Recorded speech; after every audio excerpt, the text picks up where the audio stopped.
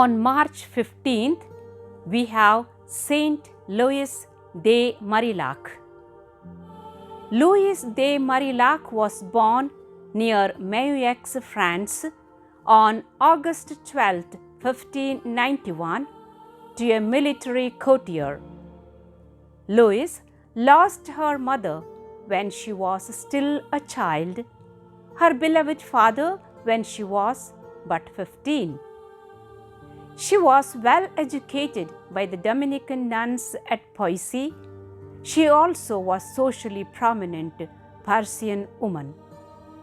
At 16, she felt a strong desire to join the poor class, but poor health intervened, and 5 years later, that is, in 1613, on the advice of her confessor, she married Antony Legras, an official in the Queen's service.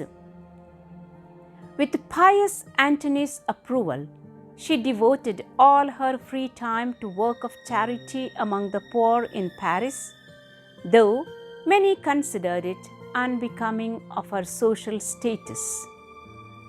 After Antony's death in 1625, she met Saint Vincent de Paul, who became her spiritual advisor. She devoted the rest of her life to working with him. She helped direct his ladies of charity in their work of caring for the sick, the poor, and the neglected. In 1633, she set up a training center, of which she was directress in her own home, for candidates seeking to help in her work. This was the beginning of the sisters, or daughters as Saint Vincent preferred, of Charity of Saint Vincent de Paul, though it was not formally approved until 1655. She took her vows in 1634 and attracted great numbers of candidates. She wrote a rule for the community, and in 1642, Vincent allowed 4 of the members to take vows. Formal approval placed the community under Vincent and his congregation of the Missions, with Louis as superior.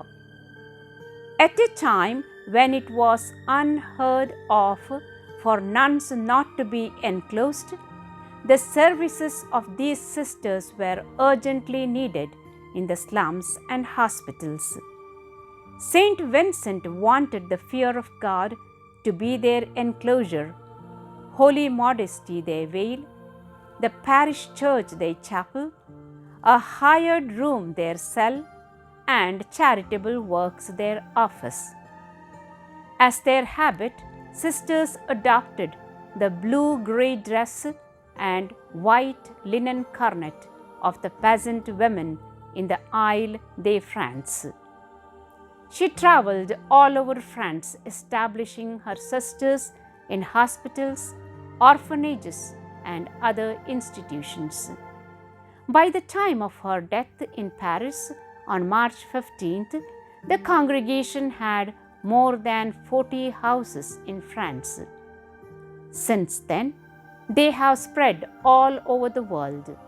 She was canonized by Pope Pius XI in 1934 and was declared patroness of social workers by Pope John XXIII in 1960.